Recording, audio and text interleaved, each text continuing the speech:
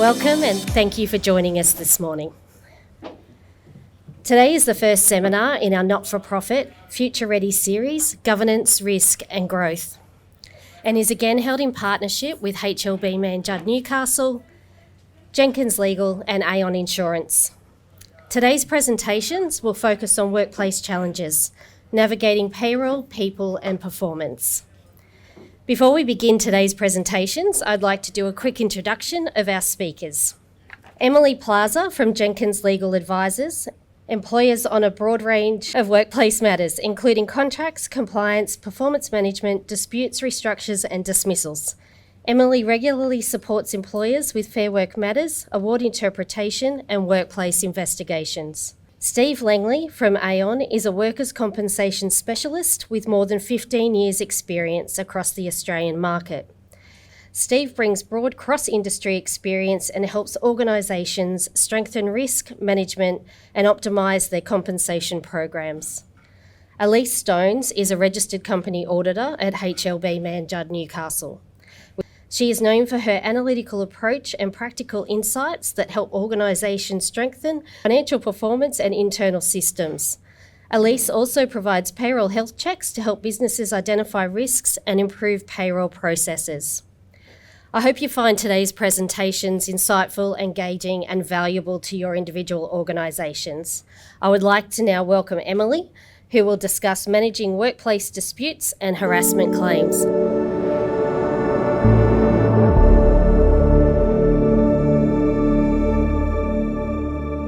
Good morning, everyone. I hope that you didn't have to get up too early today to attend, but I do appreciate you all coming here to listen to me and my fellow colleagues present, so thank you very much. My presentation today primarily focuses on managing workplace disputes and harassment claims.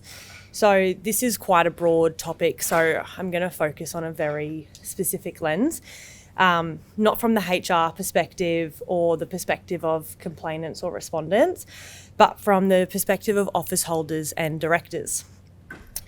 So why does this matter for, So why does this matter for accountants and advisors? When disputes escalate, it's often accountants and advisors who are the first people that directors and office holders call. So that's why it's important that we, as their advisors, understand the frameworks that we should undertake. So when a workplace complaint arises, particularly one involving senior leadership, it is no longer an employment issue but a governance issue.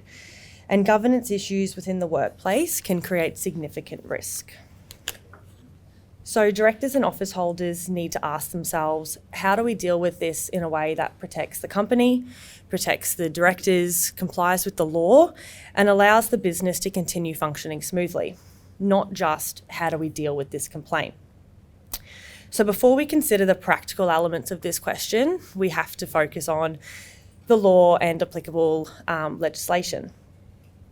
So the first avenue that is highly relevant when managing workplace complaints is procedural fairness. Now this was determined in a case from Kiowa and West, and it, in simple terms, that requires, like when a decision affects a person's rights, the decision maker must allow a fair process. So there's two elements to procedural fairness. The first is the person affected must be informed of the substance of the allegation against them. And secondly, there must be a genuine opportunity to respond to those allegations made. In the context of workplace complaints and investigations, this principle is critical. Boards that rush to conclusions or make decisions without having all the evidence expose themselves to significant legal risk. The second framework we need to consider is workplace health and safety. Now, Steve will talk more about this, so I'm just going to give a brief overview, but under Section 19 of the Work Health and Safety Act, a person conducting a business, so far as reasonably practicable, must ensure the health and safety of workers at work. Psychological health is recognised as part of workplace health and safety, and if a complaint involves bullying, harassment, intimidation, or ongoing interpersonal conflict, it may create a psychosocial hazard in the workplace that needs to be managed efficiently to reduce further risk. From this perspective, once an employer becomes aware that there may be a workplace health and safety risk, they need to act and they can't ignore that. The third principle that we need to understand when managing workplace complaints is the Fair Work Act.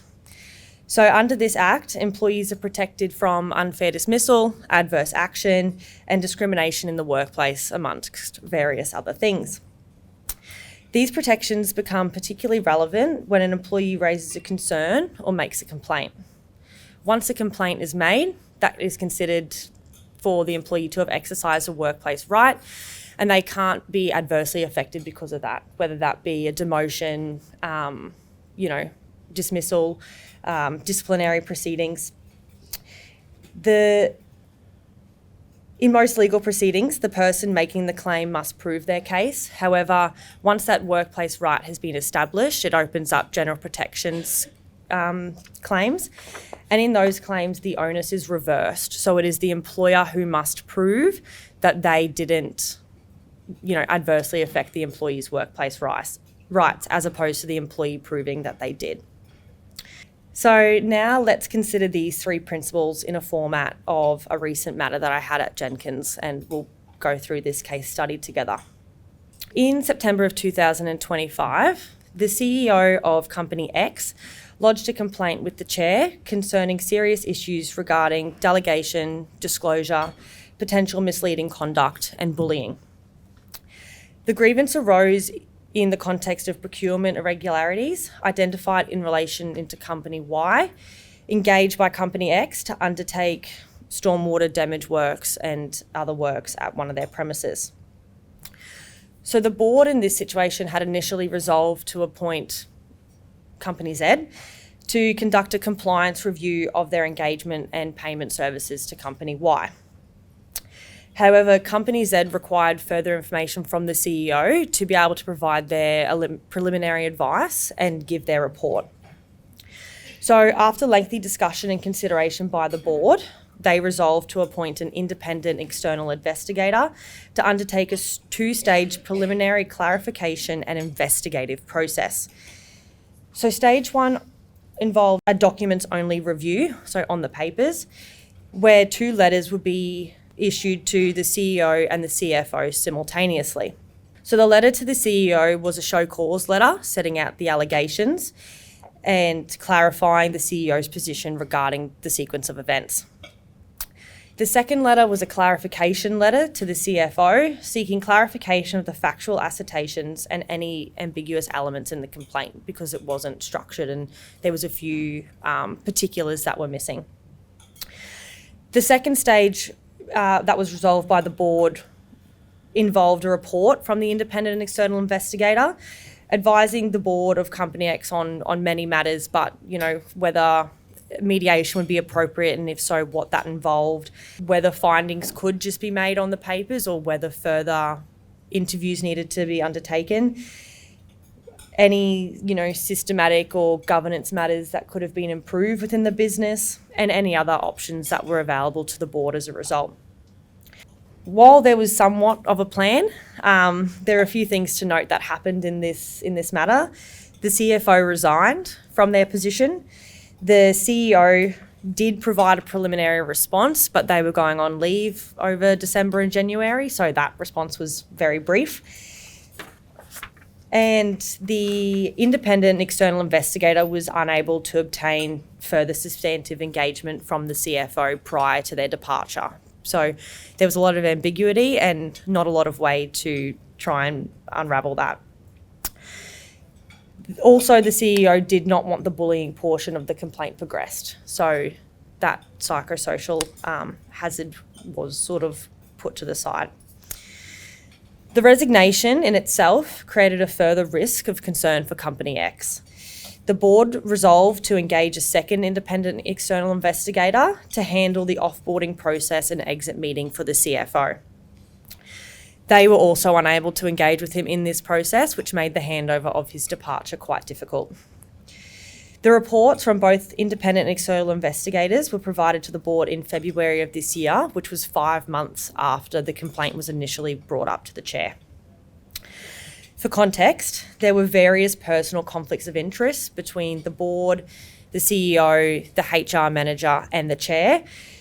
Therefore, having those external people come in made it, a more independent process, and the intention was to try and maintain governance. However, instead of these aspects being the purposes for what had unravelled, the board became consumed by internal conflict, and critically, the handling of the dispute became part of the problem. So I'm not going to focus on fault, but I want you to consider what would a successful outcome have looked like. To answer this question, we need to work backwards and start with the end in mind. So if we start with the end in mind, a successful outcome would have meant that the business continued operating without disruption. There'd be no perception of sides emerged between the board. The CFO would have likely remained employed, and the workplace would have remained safe for all stakeholders involved, both psychologically and operationally. Success would not be measured by whether one individual prevailed over another. It would be measured by whether the complaint was discussed properly, whether the individuals involved were treated fairly, and whether the organisation was protected in the process. That is the benchmark, and that's what we need to consider from the outset. Not did we win the argument, but did we protect the organisation and fulfil our governance obligations? Once that becomes the benchmark, the next step is to work backwards and identify what structural decisions were needed from the outset to rectify this process. The critical structural difference, in my view, would have been the board approving and actively overseeing a formal investigation plan from the outset. While it sounds like a modest distinction, it changes everything. Once the board formally resolves to treat the matter as a governance issue and approve an investigation framework properly and early on, the tone shifts from reactive to controlled. In this case, where there were already personal conflicts of interest between key persons of Company X, governance cohesion was always going to be fragile, and that's why it needed to be mitigated carefully. And hence, the framework that should have been adopted from the outset would have provided a more clear, formal, board-endorsed process to preserve fairness, maintain independence, and keep the company not focused on the allegations of the investigation, but protecting the integrity of it. After a board resolution to establish a formal investigation framework, the next question becomes, what should that involve? There are many elements that come into play, and every board is different, so different factors may need to be considered, but the structure and parameters of the process from the outset should include the items that are listed on the screen. So a clear terms of reference, a list of the main allegations of the complaint, confirming whether an independent external investigator is required, and the format of what they're to report, the sequence of interviews and what that process should look like, a clear process for, maintaining and preserving the evidence, timeframes and communication strategies. The list could go on, but there's some key parameters to consider. So while also considering those things, we need to make sure that those three principles that I discussed earlier are also worked in. So drawing from Kiowa and West, the investigation plan should satisfy and answer the following questions. Are the allegations clearly articulated? Is each party given a genuine opportunity to respond? Will the findings be based on evidence rather than assumption? And is the decision maker independent? If the answer to any of those questions is uncertain, it has the potential to undo the entire investigation and makes the process vulnerable. A failure to provide procedural fairness can expose the organisation to legal claims and damage trust within the business and working relationships, which at the end of the day could create a further detriment to the organisation than the complaint itself. So for this reason, it's important that workplace investigations are structured in a fair and transparent way. The investigation plan should also manage psychological risks by considering whether a psychosocial risk assessment should be undertaken, the stakeholders involved and how they need to be mitigated, whether interim controls can be implemented, and how the psychological safety of both individuals and all other stakeholders are to be considered and supported during the process. When considering the Fair Work Act alongside the investigation plan, the organisation must be able to demonstrate that the decision was based on legitimate reasons. The board should be careful about how issues are communicated and recorded, because those documents become critical documents, and if a dispute later reaches the Fair Work Act or even a court, they will be needed to be produced as evidence. So taken together, these lenses reinforce a simple point. The way a complaint is handled is not just about workplace culture or internal relationships. It has significant legal, governance, and organisational consequences. A structured, fair, and well-documented process protects not only the individuals involved, but the organisation itself. So the last thing that I guess want to talk about from an overarching point of view is board cohesion. So one of the most damaging consequences of poorly handled workplace disputes is division within the board itself, which was exhibited from the case study of Company X. When disputes become personal, there is a real risk that the directors begin aligning themselves with particular individuals instead of the process.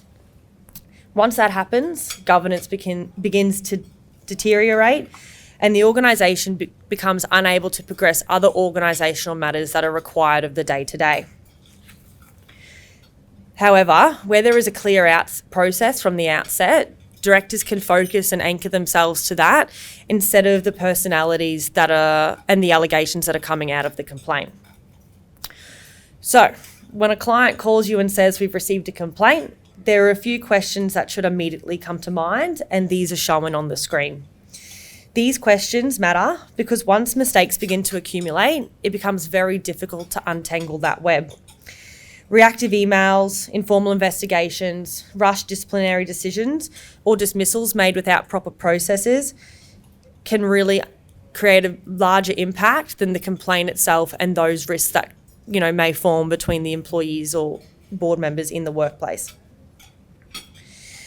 So workplace disputes, harassment complaints, and interpersonal conflicts are often treated as human resource issues, but in reality, they are serious governance events and should be considered carefully. For directors and office holders, they engage multiple legal and organisational obligations, work health and safety duties, procedural fairness obligations, exposure under fair work, potential directors' liability, and significant reputational risk for the organisation. The difference between organisational damage and organisational resilience is almost always the same. An early, structured and impartial process led at board level. If a matter like the one that I have discussed had begun with an investigation framework, the outcome could have been very different, and the organisation could have remained safe, cohesive, defensible, and commercially stable while the issues were properly addressed. That is the standard that directors should be aiming for, and it is the advice that you, as trusted advisors to organisations, are uniquely placed to reinforce. So I hope that all makes sense, and I hope that the benchmarks are clear and the process is clear. So thank you.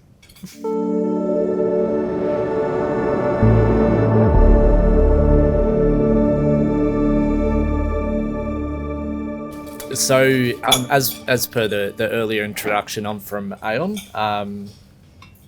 but I sit within what we call our workplace risk division, and we support organisations to navigate various complexities around workers' compensation, work health and safety, particularly mental health, which is kind of part of today's discussion, and really helping them improve the sophistication of their systems, processes to ultimately mitigate that risk, both from an operational and a financial perspective. So in terms of what I'm hoping to touch on today, I just want to kind of set the scene a little bit, just in terms of at a macro level, what are we seeing across the workers' comp market from a financial perspective? Delving into that a little bit more around what does that look like in some of the key not-for-profit sectors, and then looking at what's driving that, and that's particularly around psychosocial risk and return to work durations and the like. And then what do we do? So what are some key effective strategies that employers can explore and really build to manage what is a really complex space in terms of workers' comp costs and the injuries particularly psychological ones that are driving that. So firstly, this is an interesting one, and many of you who are across some of the numbers in terms of workers' comp premiums and what iCare in particular are doing in New South Wales, effectively the scheme is in a pretty dire state from a financial perspective. The graph on the left basically illustrates how the scheme has been performing from a financial perspective, specifically around how much premium they're collecting versus the liabilities that they're holding.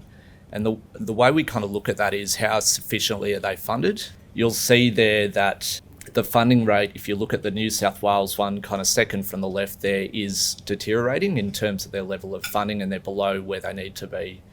Hence, if we turn to the graph on the right, we see what they're doing to address that, specifically increasing premium rates. If we break that down a little bit more, many of you in the room can probably identify on this table here where your sector sits, or you might hover across a few of these business activity classifications, but it's quite an interesting illustration of that upward shift that we're seeing, which is particularly prevalent across a lot of these sectors. What's driving this? I mentioned kind of two key things, one being the psychosocial risk and psychological claims in particular, which we'll talk a little bit about, as well as the kind of return to work performance, which it kind of goes hand in hand with that. A couple of call outs on this one. I'm not going to go through every little number on the page, but one interesting one from a New South Wales data perspective, that the healthcare and social assistance sector has the highest number of claims across all injury types versus any other industry in New South Wales.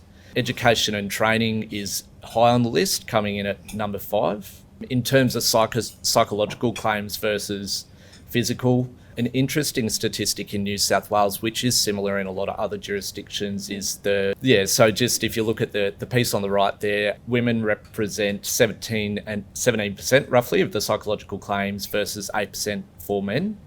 And then from a physical perspective, you can see that there's quite a different kind of representation there. This is where I think it gets more interesting. Well, what's the actual impact of those claims? And this is looking at the top all claims across all injury types and all sectors. And then what do those same metrics look like in terms of psychological claims? The two really key kind of metrics there are around the average time off work.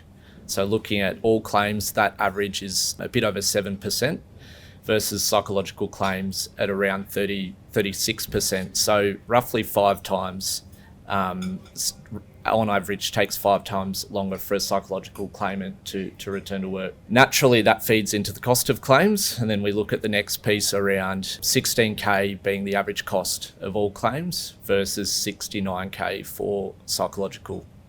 This provides a little bit more insight around kind of that industry breakdown in terms of mental health claims in particular. Graph on the right shows all the kind of top industry groups and the percentage contribution to psychological claims in Australia. So you'll see there that healthcare and social assistance is around 22%. If we pull that apart, though, there's obviously a lot that falls into healthcare and social assistance in terms of kind of different business activities and types of organisations that align with that classification. What really stands out in the pie chart on the right is that the residential care services accounts for 28% of the psychological claims across the broader healthcare and social assistance sector. We certainly see from an Aon perspective, working with a lot of organisations that work in the disability, residential care and the like space, it's an enormous challenge and one that's becoming more and more complex in terms of kind of managing those claims, navigating a whole lot of legislative changes, which I'll touch on in a sec, and really improving kind of the psychological risk management within the organisation, which is certainly a real focus area for the regulator. And there's been a lot of activity in that respect around reform and regulatory focus. I think that kind of highlights the problem or the challenge. I wanted to talk now about what are some of the kind of key focus areas that organisations can look at. There's no silver bullet.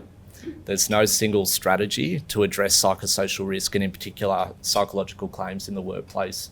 There's a number of impacts, and you really need an integrated and multifaceted strategy to look at this. So there's a few things I want to touch on in that respect. The first being around psychosocial risk management and having kind of a considered and tailored strategy informed by your organisational context and what your kind of data and other metrics are telling you. Secondly, around how do we respond in the event of a psychological claim to minimise the impact on the person, the business, and the bottom line.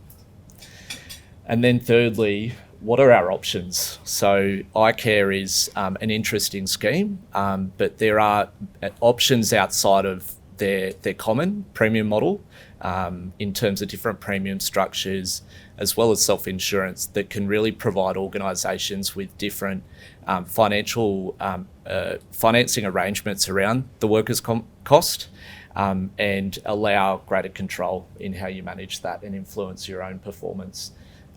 Rather than kind of being impacted heavily by the broader industry group across your sector. So the first thing I just wanted to touch on is just looking at psychosocial risk right across the employee life cycle. The health and wellbeing and the psychological wellbeing of your people is really something to consider at each of these junctions. So from the point that you're attracting, onboarding, and integrating new team members, through to the way you build leadership capability around culture, mental health awareness, supporting people that might be navigating kind of health or mental health challenges in the workplace. How do you then look at your risk and how do you identify kind of your psychological risk profile and have a good tailored strategy that's continually reviewed to kind of respond to that and manage that? And then when it's all goes wrong, or if we look at kind of the impact of that, how do we kind of address the impact of claims and premium? So some of you might have heard there's some reform happening at the moment. Started in Victoria last year, and similar reforms been passed from a legislative perspective in New South Wales recently, and there's a bit of work going on to define what that will look like in terms of regulations and then the regulator kind of operationalising that. But it's really going to shift the way in which psychological claims are looked at. They're not going to go away. They'll be assessed in a different way, and what we anticipate is some psychological claims will move out of the workers' comp space and hence will need to be managed in a different context, whether that's managing that through an HR non-work related illness process and the like. So it's really topical at the moment, and important that organisations really understand, well, what is our psychological risk profile? How do we support rather the health and wellbeing of our people at each of these points? And what is our data telling us around our risks? So workers' comp is a big one, of course, and what claims experience we've got. But what other indicators do you have around absenteeism, turnover, EAP data that might give you some high-level trends around utilisation, why are workers contacting that service, looking to it, engagement and culture surveys, what kind of themes can you extract from that might give you some insight into how your people are feeling, and bringing all of those things together to really kind of nut out what does psychosocial risk management look like in our workplace.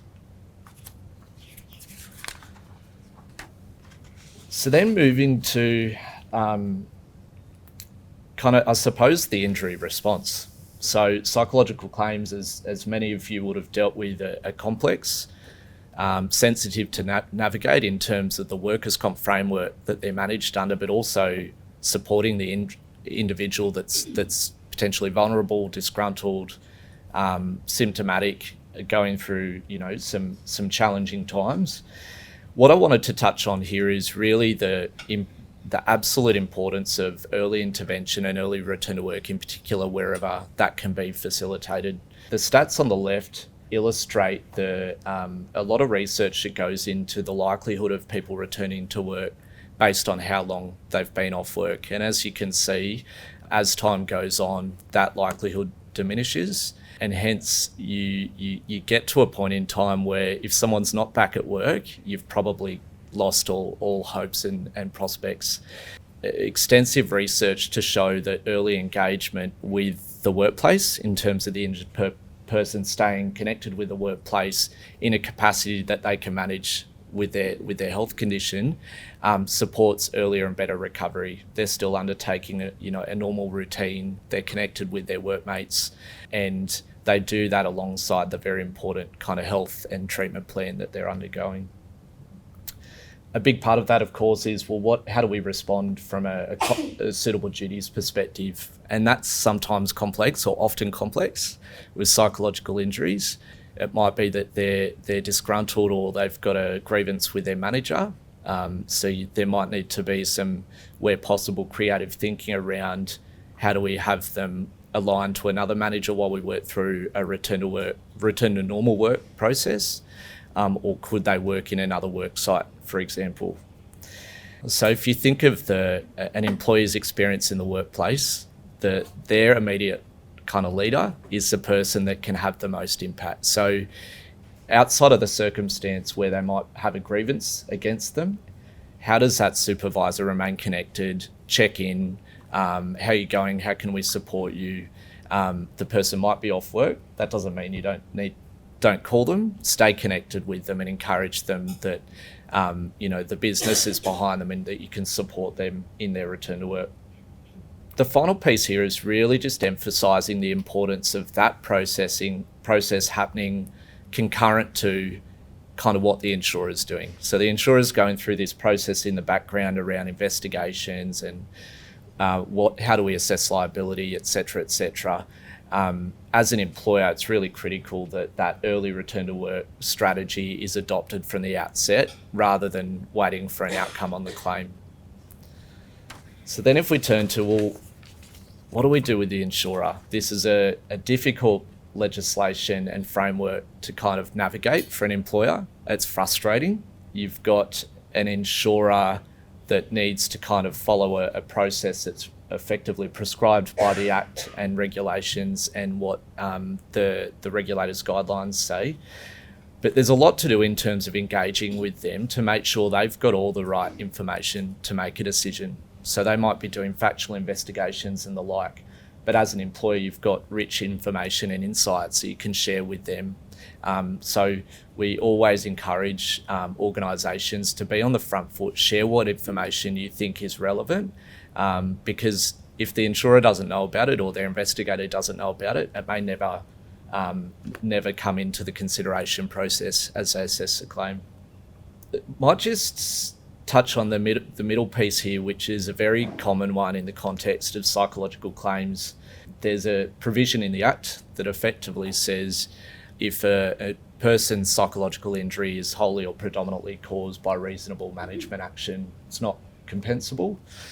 And that has some defined criteria, which will change a little bit with the upcoming legislative reform, but the principles are the same. And that's all around kind of performance management, conduct management, demotion, promotion, and a few other ones. They're the common ones.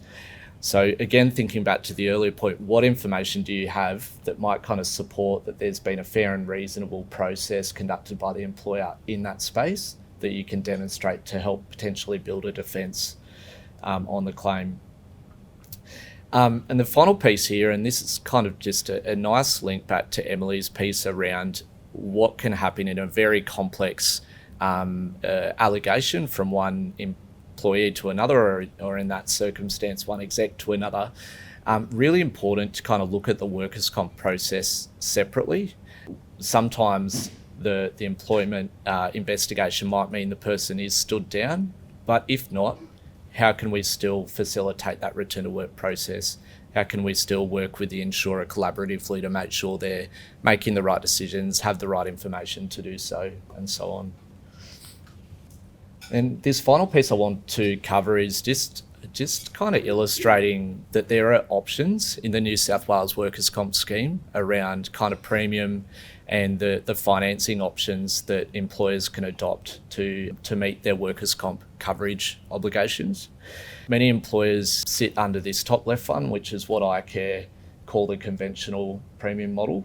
What we find is most medium to large employers are quite adversely impacted by that. It's quite volatile in terms of the way premium rates can jump quite substantially from one renewal to the next. So then we look at, well, what are the other options with iCare? They've got two other premium models. One is the loss prevention and recovery, or LPR, which I know some of the organisations in the room kind of are aligned to that one. That's one that can be far more cost effective to conventional, but one of the really big benefits is what you pay in premium is aligned to your own performance, rather than the conventional one where you're very much impacted by the broader, for example, healthcare and social assistance sector, which has quite a significant impact on your premium. So LPR is more around what claims costs have you incurred and what will that mean for your premium as an organisation. The LPR Plus is a newer model. It's for much larger organisations compared to those that are eligible for the LPR one. But that's another one to explore for organisations with a considerable workforce. Then lastly, and this is one that's continuing to get a lot of attention in terms of self-insuring the workers' comp risk in New South Wales. So there's around a tick over 80 organisations in self-insurance in New South Wales. That number's probably growing by around 10% each year at the moment. That is a model that allows you to obviously control your risk outside of a premium model that is influenced by the sector. You're not paying a loading on top of the claim costs, so there's generally some pretty substantial savings up to 30+%. But one of the biggest, I suppose, benefits of self-insurance is having that control over the claims management process. So rather than relying on iCare and their agents, how can you kind of better manage that? And you might have some external expertise on the side to support you with that, so you've got the right skills and legislative knowledge. But effectively it can mean that you've got that authority, that control around decision making, be more proactive, not relying on a case manager that's not doing an awful lot perhaps and the like. So what I would say around these is it's really important to explore your options. If you're eligible for one or more of these alternatives, it's really good to look at that every couple of years to understand that you're in the best model that's financially viable for you and gives you the control over your workers' comp risk that you'd like to see.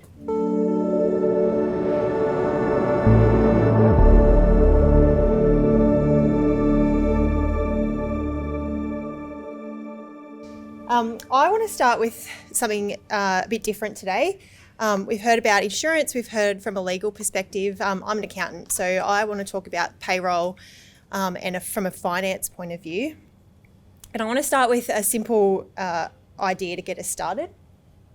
Payroll, I think, is like plumbing. When it's working, no one talks about it, no one thanks you for it, no one notices it. But when it leaks, it becomes urgent, it becomes messy and very expensive. People are upset, and this all happens very quickly. In not-for-profit organisations, payroll is usually your largest expense. It's your most complex compliance area and one of the most people-sensitive functions. Because when payroll goes wrong, it's not just about the numbers. When payroll goes wrong in a not-for-profit, it's also a governance issue, a funding issue, a reputational issue, and often a morale issue as well. Now, here's something I've observed with working with not-for-profit organisations. Not-for-profits don't necessarily have more payroll risk, although I'm sure those of you who work with the SHADS Award might disagree with that.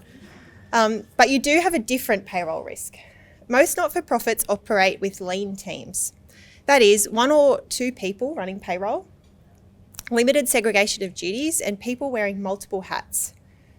There are high trust cultures, so there's mission-driven people, long-standing relationships, and a really strong internal trust. And you also operate with funding and scrutiny. There's grant conditions, acquittals, audits, and public confidence. You rely on capable, committed people. You trust them, and rightly so. But trust without testing creates tension. A high trust culture needs high clarity controls. Payroll risk in not-for-profits tends to build quietly. It's rarely dramatic, it's rarely malicious at the start, it's often small configuration issues or undocumented processes, approval pathways that might have become outdated, it's assumptions that someone else has checked.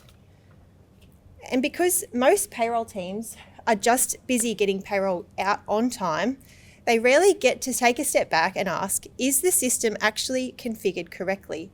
Are our controls still appropriate? Have our processes evolved without documentation? Today, I want to walk you through 3 payroll risk hotspots that we commonly see in not-for-profit organisations and what you can practically do about them. So let me start with an anonymous example. In this case, an employee was overpaid $10,000 in a single pay period. Not because of fraud, because of a single manual entry error. An allowance that should have been entered as 5 units was accidentally entered as 50.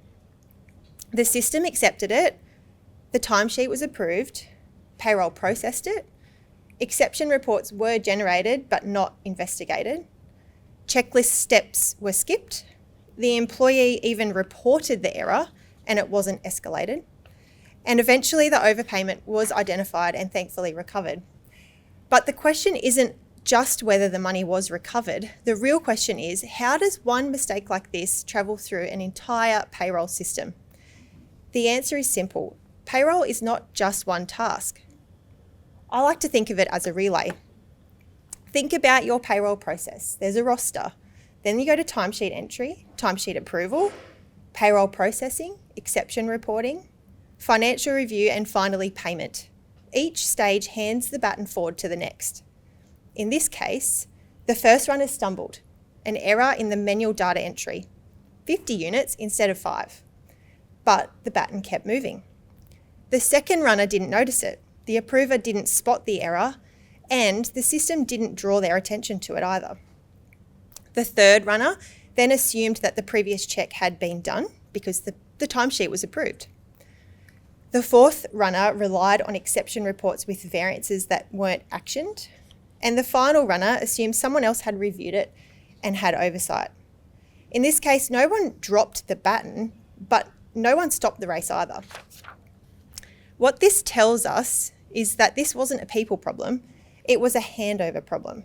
In the review, there were manual data entry requirements, there were automated validation controls that had not been activated, exception reports were available but not investigated, checklist steps were there but not completed. There was also senior payroll staff who were on leave, and there was an IT outage during payroll close. Individually, each of these things is manageable, but collectively the risk is multiplied. In a relay race, you don't just rely on one runner being perfect. You rely on every baton handover being clean. So, what can we learn from this? How can we strengthen your relay and reduce your risk? The first one is to strengthen the first runner. So prevent errors early. Most payroll errors start at the data entry stage. So ask, where are we manually inputting values that could be automated? Are validation rules activated? Are there reasonableness thresholds on allowances and overtime? If the first runner is steady, the rest of the race is going to be a lot easier. Secondly, make every handover explicit. In many organisations, the handover is simply assumed, but assumption is where risk lives. So, require documented approval, not just a system tick. Assign named accountability for reviewing exception reports. Ensure checklists are completed and independently reviewed. And don't allow room for "I thought someone else checked that" to exist in your process. Thirdly, you want to train for pressure conditions. This overpayment occurred during leave periods, during a period of reduced resourcing and an IT outage. Your team needs to be able to function under this kind of pressure. So ask what happens when the payroll lead is on leave? Who reviews payroll during peak periods? Is there ever any cross-training? And is there a disaster recovery plan, and is it tested? And finally, you want to give the final runner authority to stop the race.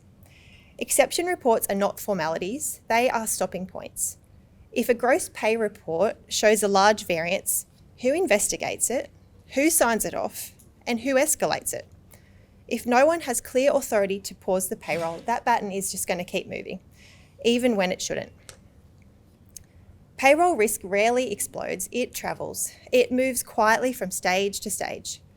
And unless someone deliberately checks the baton at each handover, small mistakes can become large exposures. This case wasn't a fraud story, it was a process design story, and process design is something that you can strengthen.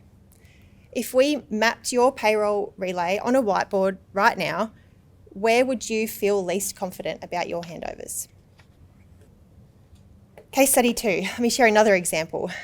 This one involves executive expenditure and reimbursement controls, specifically corporate credit cards and expense reimbursements.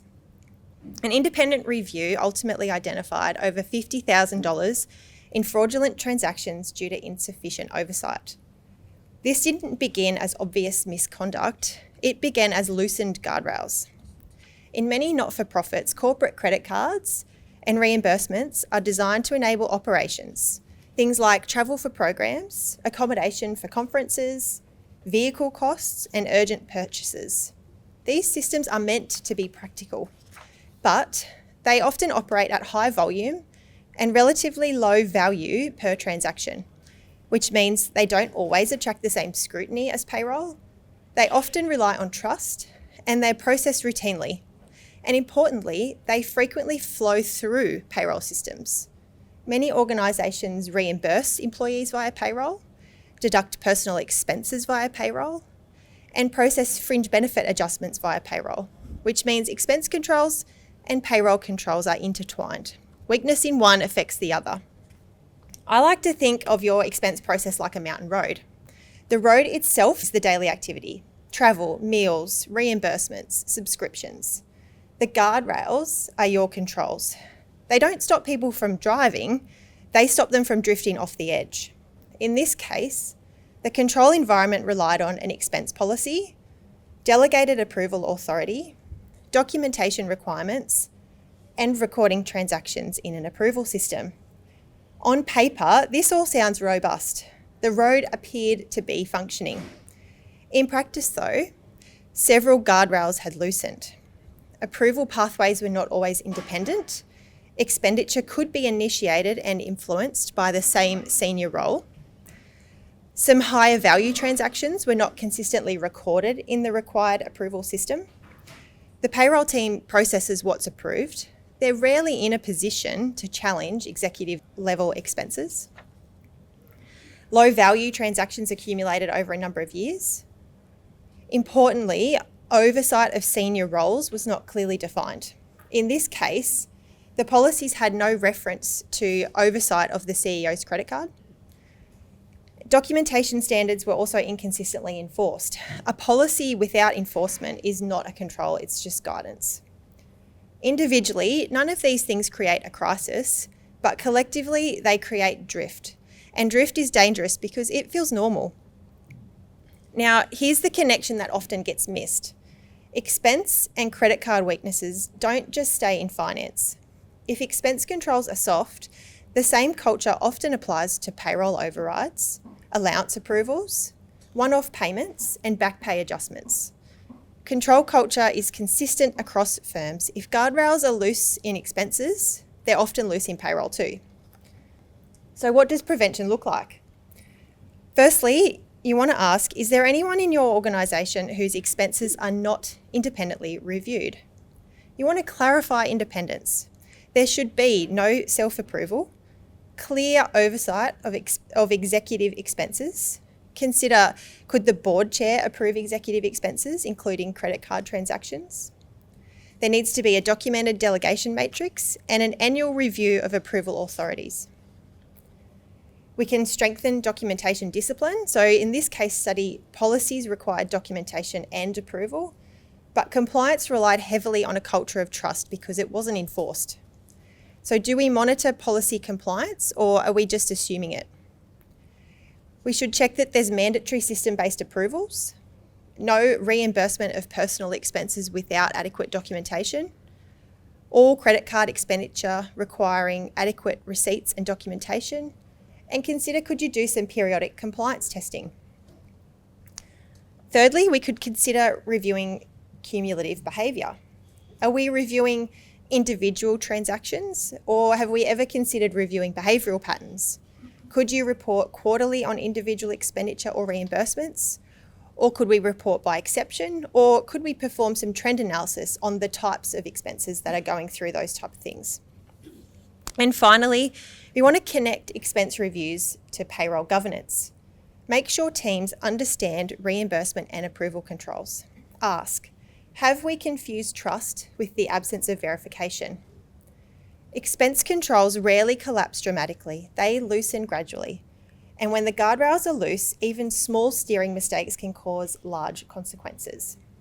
If you reviewed your credit card and reimbursement controls tomorrow, would you be confident or surprised? In part of preparing and registering for this event, I was asked what was the most commonly overlooked issue from a board that has the greatest impact. In my experience, this is system configuration drift. Payroll systems are configured once, then awards evolve, agreements change, legislation updates, roles change, and systems migrate. But the underlying rules inside the system are rarely independently revalidated. Let me give you an example. Following a payroll system change, leave entitlements were transferred from a system that recorded balances in hours to a system that recorded them in weeks. Whilst this sounds on the surface very administrative, there was some issues. The new configuration was actually incorrectly accruing leave for casual employees, and for part-time employees, it was accruing based on contracted hours, not actual hours worked. After the transition, staff were obviously then identified as having overstated long service leave balances. Management then had to work through reconciling the balances between the two systems, recalculating entitlements, adjusting the long service leave provision from a financial reporting point of view, and they had to undergo significant audit testing of the revised balances. The issue was eventually corrected, but the exposure was systemic. Not one employee, not one pay cycle, a configuration rule embedded in a system. This is why system configuration drift is so significant. If payroll is configured incorrectly, it's going to be consistently wrong. And boards often receive reporting that payroll ran on time. But on time is not the same as correct. The governance question becomes, when was our payroll configuration last independently validated against our awards and agreements, especially after a system change? With improvements to technology and the increasing interest in automation, changing payroll systems or updating your processes is becoming more and more common. If this is something you have done or are considering, you really should consider, did we test the rules or did we test the data? Independent reconciliation of leave balances between old and new systems is very important, as is unit conversion testing. So if we went from hours to weeks to days, has that conversion been successful? Did we do a parallel run for at least one full cycle? And is there explicit validation of accrual methodology? Even if you haven't recently changed systems or processes, when was the last time you independently checked the accrual logic in your system? Have we ever tested the accrual logic within our system? Or do we just assume it's right because it runs every fortnight? Payroll systems don't make mistakes, they repeat instructions. If the rules are wrong, they're going to be wrong every pay cycle consistently. There's another question that often gets overlooked, which is when was the last time you reviewed user access privileges in the payroll system? When you think about it, payroll contains some pretty powerful levers. You can change bank account details, adjust pay rates, enter allowances or one-off payments, process termination payouts, and override system calculations. In most systems, only a small number of users have admin access to payroll to make those changes. But over time, staff roles change, people move teams, temporary access might become permanent access, and access reviews become less frequent. So it's really important to check who currently has the ability to change payroll data and when was that access last reviewed. Because system risk isn't only about configuration, it's also about who has the ability to change the configuration. Before I finish, I want to leave you with just a few snapshots of areas that I think are important to reflect upon. The first being directors' remuneration. Traditionally, most charity board members have been serving on a voluntary basis, and many still do. But in our experience, we're starting to see more of a gradual shift towards members being paid in the sector. As organisations become larger, more regulated and more complex, the expectations placed on directors have increased significantly in terms of time commitment, governance responsibility, and the level of knowledge required around things like funding compliance, employment law, and financial oversight. In some organisations, remuneration is becoming part of that conversation, whether through a sitting fee, an honorarium, or another sort of arrangement, as a way to attract and retain people with the right expertise. There's nothing inherently wrong with this. In fact, the ACNC recognises that charities remunerate board members where it's permitted under the organisation's rules, properly authorised and reasonable in the circumstances. But when these payments do occur, the governance and payroll considerations become more complex. Consider, if your directors or responsible persons are being paid, how is it being paid? Is it through payroll? How is the payment approved? Is it documented in the Constitution or is there an annual resolution? Is superannuation being considered correctly? Have we thought about whether PAYG withholding is required? Have you considered the related party disclosures in the financial statements and if this is appropriate? Are salary packaging implications understood? And finally, have we thought about if the ACNC governance standards are being met? Sometimes payments are labelled honorariums, but functionally actually operate as remuneration, and that distinction really matters. The question to ask is, when did we last formally review how and whether we remunerate responsible persons? The next one's Payday Super, which commences from 1 July 2026. This is going to require super to be paid at the same time as wages. This shifts super from being a periodic obligation to an immediate cash flow event. This means cash flow forecasting will need to adjust, payroll systems must be configured correctly, and you need to realign your processes to make this possible. There's also the New South Wales Community Services Portable Long Service Leave Scheme, which commenced on 1 July 2025. While most organisations are now operating under the new framework, the first formal lodgement is actually next month. With this deadline approaching, now is the time to move from awareness to readiness. Boards and management should be asking, do we clearly understand what needs to be lodged in April? Have we captured the required financial and service delivery data since 1 July? Are our reconciliations complete and supported by appropriate documentation? Who's responsible for reviewing and approving the submission? Have we modelled the cash flow impact of these changes? And have we considered leave entitlement calculations for financial reporting purposes? I've been speaking with some of our clients' HR teams that are impacted by these changes, and to my understanding, the Long Service Leave Corporation is still providing updates and clarification to some of the coverage and application of this scheme. So it's really important to keep up to date and be across those changes during this time. And finally, termination payments. This is one of the most common areas where we see payroll errors. I went into a lot of detail on this last year for anyone who attended, so I'm not going to cover that again today, but I will say this. Termination payments are one of the most complex and highest risk transactions in payroll. Termination payments are infrequent, which means payroll teams often don't process these in every pay cycle, and infrequent complex transactions are where errors live. They're also the transactions that are most likely to be queried by employees, reviewed by the ATO, challenged legally, or scrutinised in disputes, which makes them reputationally sensitive as well as financially immaterial. Some questions I encourage you to take back to your payroll teams are, do we have a documented, tested termination payment checklist, or are we just relying on experience? Who reviews and approves termination calculations before the payment is processed? Is there segregation between calculating, reviewing, and approving the final pay? Have we ever had to amend a termination payment after processing? And if so, do we understand why? Do we know the root cause of that change? Do we understand the tax and super compliance around termination payments? And finally, how do staff keep up to date with these changes in compliance? Do we send them to training? In closing, payroll risk is rarely loud. It doesn't announce itself.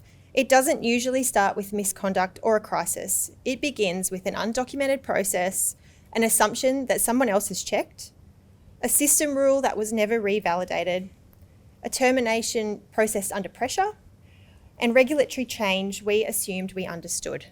Payroll is not just a function.